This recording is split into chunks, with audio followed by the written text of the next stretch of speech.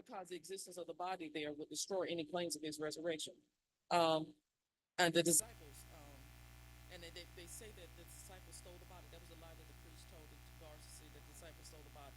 There's a problem with that because the guards were supposed to say they were sleeping. Now, how would the guards go back and say that they were sleeping? Because that meant that they were supposed to be put to death for falling asleep on duty on their watch. You know how the military. Some of you know about the military. You stand watch. At the, yeah, you know. You can. What happens if you?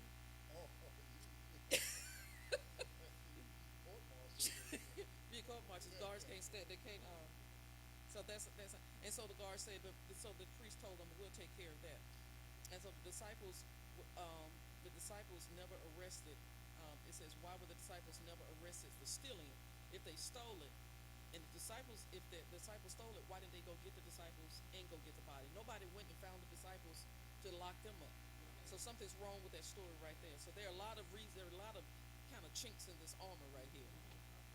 And there were too many people because when when Jesus was resurrected, was he resurrected alone? Well, no, the two thieves weren't resurrected. Well, the lesson said there were 500 others that came up out of the grave with him, right? That's what we just read in about 500 others came up the grave. And these 500 others that came out went on to heaven with Jesus were the first fruits of God's resurrection. Jesus was a wave sheet, the lesson said. And I may be getting ahead of myself. But so there were too many witnesses to refute all of this. So it's just too many witnesses. Oh, and that had no connection with each other. And we're still talking about the women in Tuesday's lesson, the women at the tomb, the women who now these were, I call these. This is another type of guard. You know, Pilate had his guard, but these women, they were showing up guarding. They were guarding it from. They took a break on the Sabbath, but they were there as soon as they could, while the sun was coming up. They were already on their way there, had everything together. Even Saturday night, they got the spices all ready. They did. They did.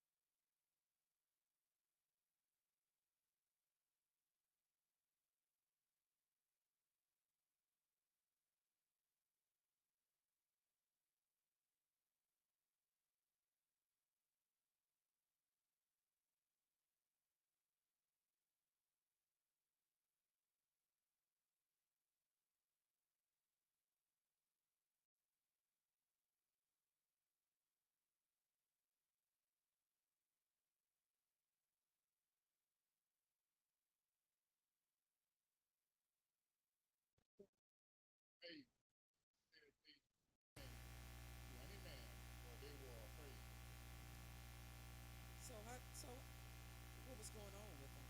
Well, they were like in shock when they first, went in and they saw the angel.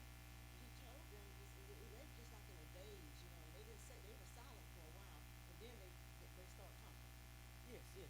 And that angel had already told them what to do. He had given them He told them instruction. to go He and told tell them who to tell. what he should do. And they didn't tell anybody else but who that angel told them to tell. Right. They went straight to the disciples, and it says that neither did they say anything to any man.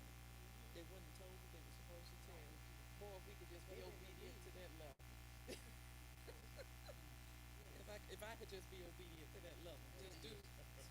They spoke when God told them to spoke and didn't say anything else but what the Lord told them to say. Right. Isn't that something? It's not that they didn't believe because they were women. Even two of the disciples came too, Yes. and they didn't believe them either. They were talking with Jesus, didn't even know who they were talking with. Right. They didn't know that Jesus had disappeared, that they were talking to the Lord.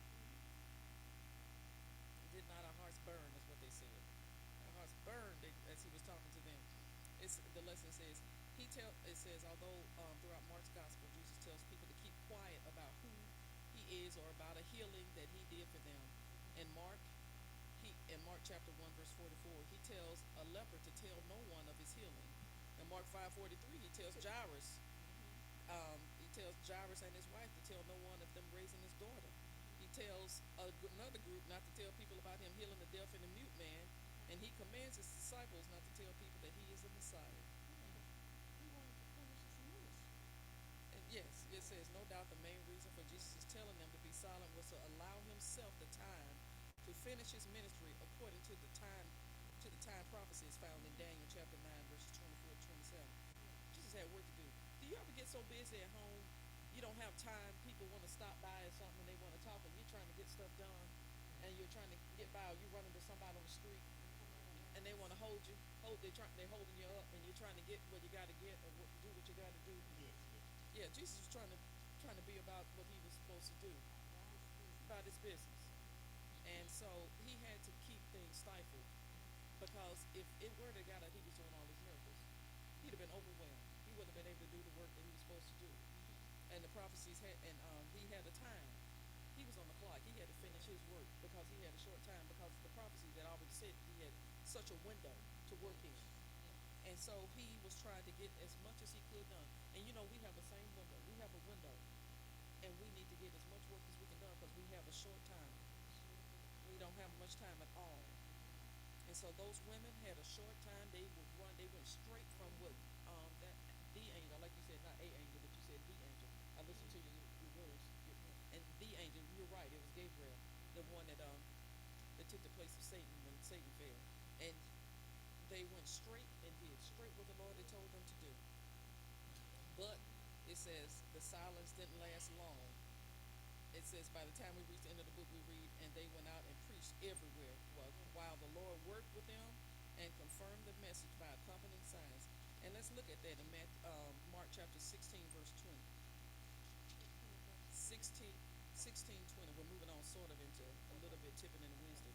And they went out and preached everywhere, the Lord working with them and confirming the word through the accompanying signs. Amen. Amen. That's the Amen. word Amen. of heart. Yes, they were fulfilling that commission. So God tells us told them to keep silent for a while. So he'll tell us when it's time for us to speak. Yes. And I think about the scripture, and I can't think of where it's found now, that the Lord says when we're brought before the councils and before the courts, God is going to give us the right things to say. He's going to give us the words to speak. But until then, we keep silent. We'll keep silent until they call us to be the witnesses in the court systems and in those things. He'll give us the words to say. And so we wait for him. And so these ladies were obedient to that command. The disciples, and these people, they tried to be obedient, bless their hearts. Some of them couldn't hold it. When things are so good, it's hard to hold. But he asked them to keep silent. Any other comments before we move on to Wednesday's lesson? Any other? Wednesday's lesson, appearing to Mary and others. We're still talking about these women. Yes. These women at the tomb. Powerful women. They were strong. Yes. They showed up. Yes. Normally we bring this stuff up at Women's Mother's Day, but this is beautiful. Yes. These women were full of the faith, and they were strong. They were strong. So again, we're looking at Mark chapter 16, and we've already read up until verse 8. Let's start reading at verse 9, and let's just keep reading, and we'll stop when we stop. Whichever one of you. Okay. Now when he rose early on the first day of the week, he appeared first to Mary Magdalene, out of whom he had cast 7 demons. She went and told those who had been with him, as they mourned and wept.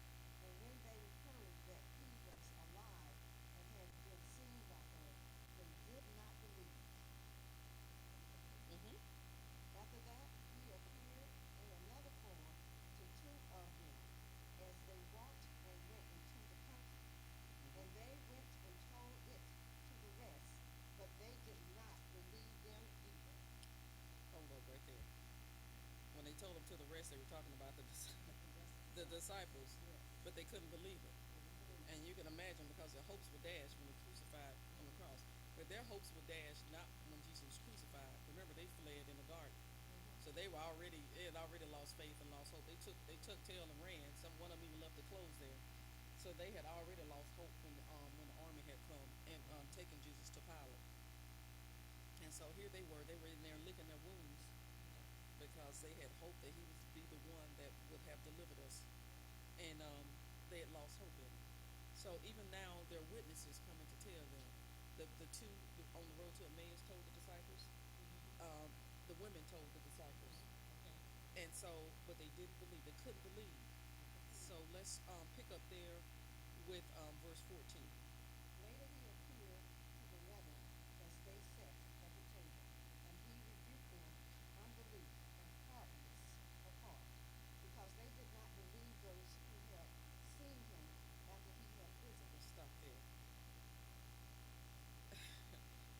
Jesus had to show up He himself. had to show up in order. So this is to come to terms with their faith.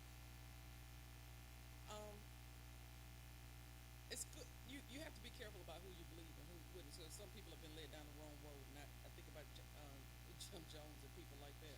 But these were definitely witnesses, Yes. and they've known these women. These women had been with them all of this whole time, and the other two, there were more than just 12 disciples, of course.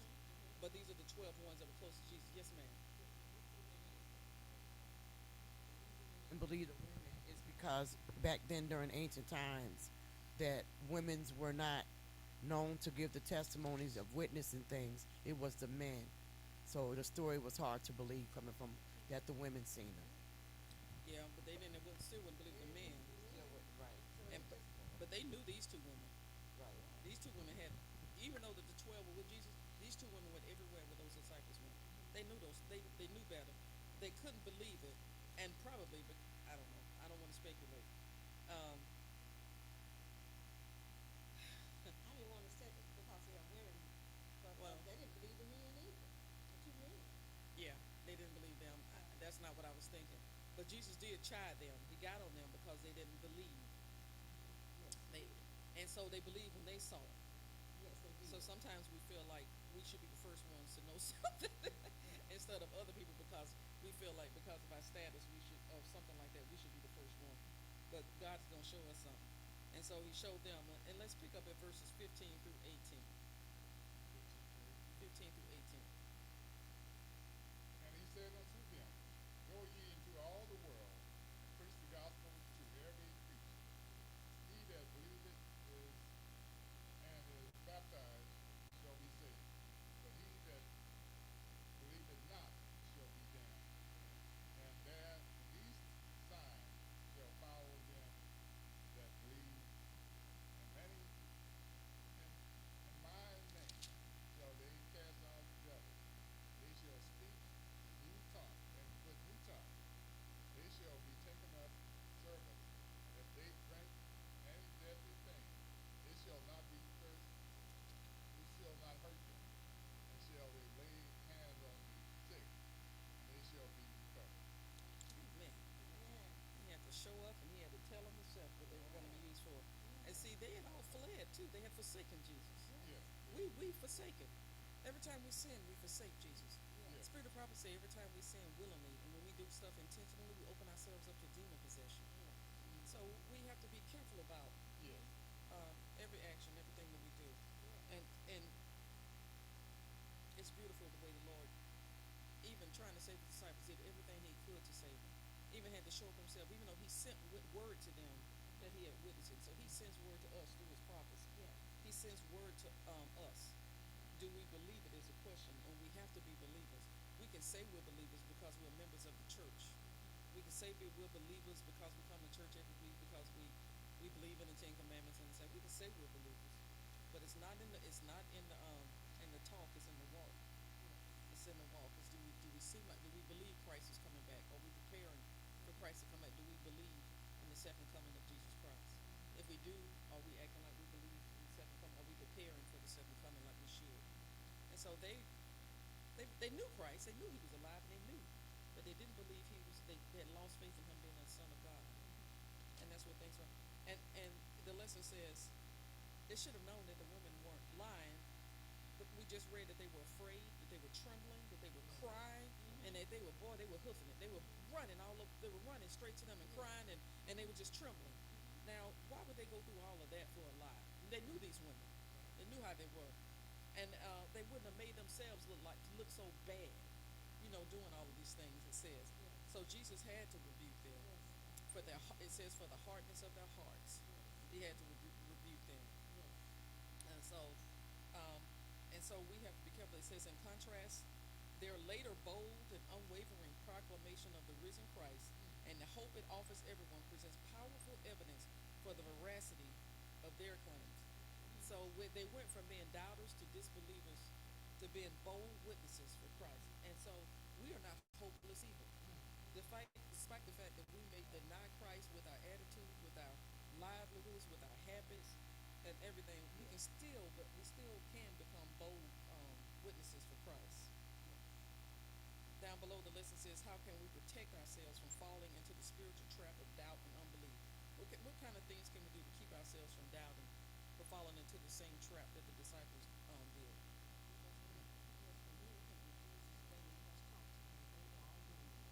Staying in his presence. Yes. Keep talking to him. Now, Yes. sometimes it's not gonna work. It's like coming to church and just coming, and it's not gonna work. It takes more. Let's talk to the Lord. A lot of You must times, have that relationship with Him. a lot of times when we have conflict, we have to actually see. You know, it's hard sometimes for us to believe things that we can't see by beholding. We become changed. So we have to see things. There's Even God's word. I mean, we need to believe in God's word, taking on His word. yes. So a lot of times we want to be difficult. We have to see. Well, All we have to do is just take him at his word. His word is true. You know, he's telling us his word is true. well, we have to open our eyes because Yeah. there's plenty of evidence in this world that God is that there is a God, and that there's plenty of evidence. Sometimes we don't see it because the Bible does tell us spiritual things are spiritually discerned. Yes. And so if we're not, as you said, we're not spending time with the Lord the way we should every single day, as the lesson tells us, we need to spend daily time with the Lord so that we won't be deceived and so that we won't doubt. If we don't do that, then we will be deceived and we will become doubters Yeah. because the evidence is there. And really, if we just think about some of the things the Lord has gotten us through, and I've said this before, all of us probably can think about a time when we should be dead, or which we should have been dead. Yeah. We've been in situations, but the Lord delivered us, didn't He? Yes. I can think of a time I got run over by a car when I was a small child. Should have been dead, and I can think of several other times when I should have been dead. So God has given us plenty of evidence, and Sister White tells us every night in our sleep, Satan tries to kill us. Yes. He tried to kill us last night. He tried to kill us the night before. Yeah. So when you get up here and you say, God woke us up this morning, Yeah. praise the Lord, He did, because Yeah. He tried to kill everybody here last night. Yes. Yeah. He really did. I've seen things on the news where people were sleeping in their bed, and one guy in Florida went through a sinkhole in the floor. Sinkhole opened up in his bedroom, sucked his bed and down, and sucked him down. When they said they could hear him down there, and it just got deeper and deeper. He never did come out. Satan is trying to kill us. It doesn't take much, and so God is blessing us. So the miracles are around us. Yeah. That what you talking about? That happened. I was living there. It happened probably about within a mile from where I was living. Really? That happened. Yes. Oh, I know it's true. I saw it, read it on the news. I couldn't believe it. I said, "Boy, yes, ma'am." Last summer, and the people were in their pool in California, in the backyard in their pool, Yeah. and the whole family gone. Yeah, it's like that. Yeah, just by enjoying the pool in the backyard. It is by the grace of God. Satan on his job. Yes, and we need to be on ours. Yeah. We don't realize if it was not for God. Oh, how many times have we been in near miss accidents on the road? Yeah, just too many things. We become close to too many things, and the Lord delivered us. Just delivers us, still delivering us today. So plenty of evidence. The disciples had plenty of evidence to believe all the miracles that God had performed. You know, opening the ears of the deaf and the mute, healing the lepers, the woman with the issue of blood, he resurrected people himself. But yeah, when times get hard, oh boy. And that's why he, this year on Thursday, We so should, that's why he criticized them yes. on their unbelief. Yeah, he chastised. About the women came to him, the two disciples came to him, and now he has to appear to tell them. He did, but praise the Lord, he did though. I'm so glad he did. The Lord said, "Whom He loved, He chastised." Praise the Lord. So we can take it. Our parents used to tell us that we didn't believe Him. You know, Yeah. I'm doing this because I love you. Hurts me more. I never believed that for a second. Never believed. I don't believe it now, because it didn't feel like love at the time. But the Lord says, "Whom He loved, He chastised." So I believe Him though. I believe Him. Matthew, we'll look at that. Mark chapter 16. Let's look at verse 15 again. Let's see. Yes, 15. 16, 15. Just 15. 16, 15. Mark 15. We're in chapter 16.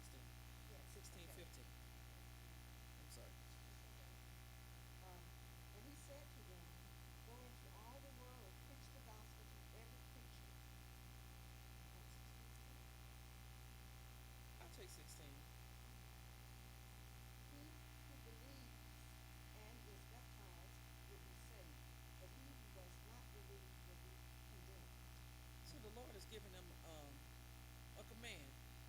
Because you showed up, but he's saying the work is not finished. So you still have a work to do. So quit licking your wounds. Quit throwing your pity parties and feeling sorry for yourself. Yeah, you messed up. Yeah, you denied me. Yeah, when I needed you most in the garden, I asked you to stay up and pray with me. You didn't stay up and pray with me. When the guards came, you took off and left. You ran away. When I went to court, you denied me at court. Said you never knew me. And then even when I was hanging on the cross, you didn't even show up to give me any support. There was nobody. I was alone. Yeah, But that's okay. They ran away off the side. Do you all know what? Do we know what forgiveness is? If we don't know what forgiveness is, this is a prime example of forgiveness. We think we know how to forgive, but woo, that's a lot to forgive right there, isn't it? You know, they betrayed him, they forsook him, they abandoned him, On the cross, and they're gone, they just left. and denied him. Yeah. And Jesus said, I still want you to work for me. And that's how he is with us. Still wants us to work with him.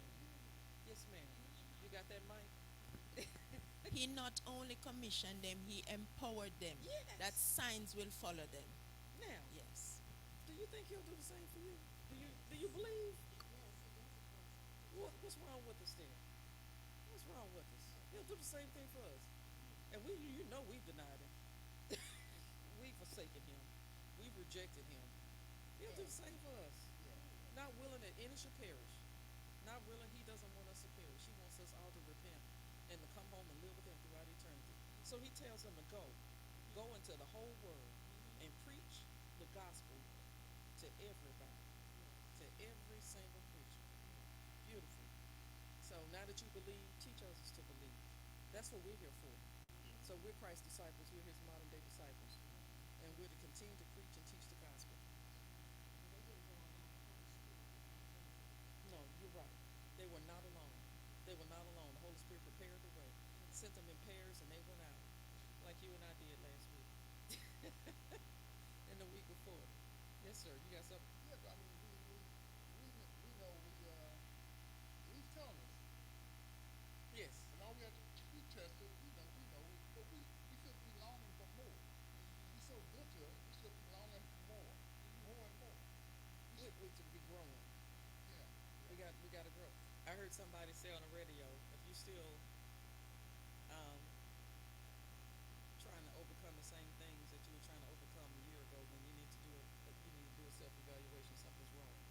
If we're still praying for the Lord to get us past the same things we've been praying for the last year, the last couple of years, then we need to do a self-evaluation. We should have gotten past some of the things that we're still struggling with. Shouldn't be struggling with them at all.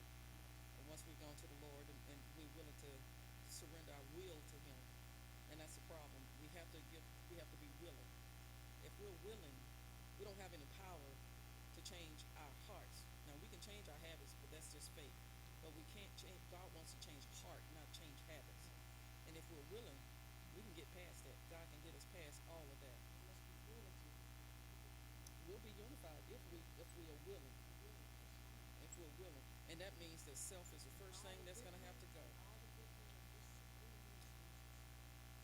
Yes. I mean, Yes. we see what we do with project. It's almost like tasting a good dish, good food or something. Sometimes you want more. Yes. So we shouldn't be that way. We should be longing for more about Jesus. More about Jesus. Yeah. The song says more and more about Jesus.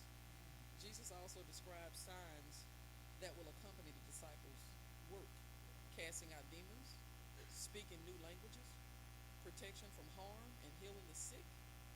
And healing the sick. So there are plenty of things that he's telling them that they're going to be doing. And so it helps. It's one thing for someone to say, I need you to do this. Jesus didn't just tell them what he wanted them to do. He told them what they'll be able to do.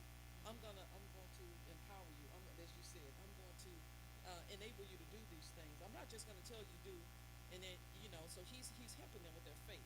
He's spoon feeding them. So don't be afraid is what he's essentially saying. I'm going to be with you. They know that because they know they can't cast out demons on their own. They can't heal people on their own. And they can't speak in tongues on their own. Right. So He he said said, no harm will come to them. no harm will come to them. Yes. And he says, and they're going to endure. It's another sign. And that's my prayer, that we all endure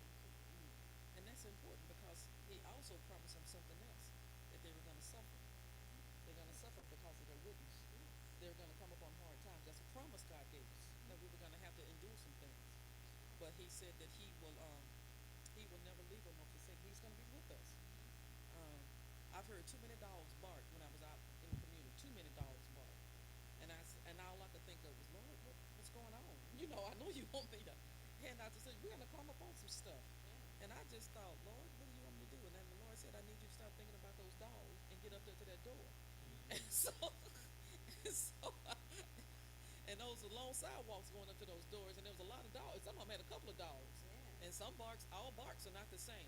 When you got a baritone, and that it don't sound good, but when you got them little mini dogs, they're nip at your ankles. But the Lord wanted me to shut up worrying about those dogs and do what I was supposed to do, and I had to stop walking and start running. Because I said if I walk, I had too much time for Satan to get in my head. So before he could make me doubt, every time I got to a door, we were in Moscow, and I had to run. I was running up sidewalks, getting them things, knocking, ring those doorbells, and I walk out, run down, and run to the. Because I was walking, I was going too slow, and Satan had time to mess with my head about them dogs. The dogs were still barking, but if I started running up to that door, it was too late for me to turn back. So I had to not think it, and I just had to do it. And so we have to. He says that they're going to go through some things, but we have to not worry about those things that we're going to go through. We just need to be obedient to God's will, and it's a blessing too. It's a blessing. I got more doors going that way. Yes. What were you going to say? But we a lot of times we have to realize that I can hear the bell. we should be we should cling to God's word. Yes. And a lot of times we are caught up in like movies. We believe what we see in a movie. We cling into darkness. We are children of the light, but we should look for light. Look for God's word. Yes. But we cling to all this foolishness and everything. We believe what we see. Our time is up already. Our time is up. If you want to read, again, I read out of Desire of Ages, chapter 21. Sister White says that we should study the life of Christ every day. She says every day we should study. Go to chapter 81, read it again. You'll love it. It just touches my heart when I read it. It's beautiful. This woman was really blessed by God. We're going to go ahead and close out. We want to thank you all for joining us today. You here, and as well as those online. We're going to take a brief intermission. We'll be back at 11 o'clock to continue with our 11 o'clock service, and we're inviting you to join us again. You don't have to RSVP. You don't have to pay a fee. It's free. You can just come and you can just join us and fellowship with us and enjoy the Lord's word. He's going to be right here waiting for you to come back and join us. So please do that. At this time, we're going to close out. We're going to have a word of prayer. Would you bow your heads with us, please? Our Father which art in heaven, hallowed be thy name. Lord, we thank you so much for your precious word, for your Holy Spirit which has been faithful to us despite our unfaithfulness to you. We thank you and we ask that you will help us to bury these words in our heart, to meditate on them, to study them, and allow them to change us, to change our lives. And Father, bless us to be the disciples and the witnesses that you will have us to be, to testify that the tomb is empty, that Jesus has risen from the grave. Help us not to keep it to ourselves, not to be a bushel under a light, as Brother Quigley said earlier, but to let our light so shine before men that they may see our good works and glorify our Father which is in heaven. Thank you again for your goodness. We ask that you will continue to prepare us as we move forward toward the divine worship hour, that you will bless the speaker and that you will bless all those who will be participating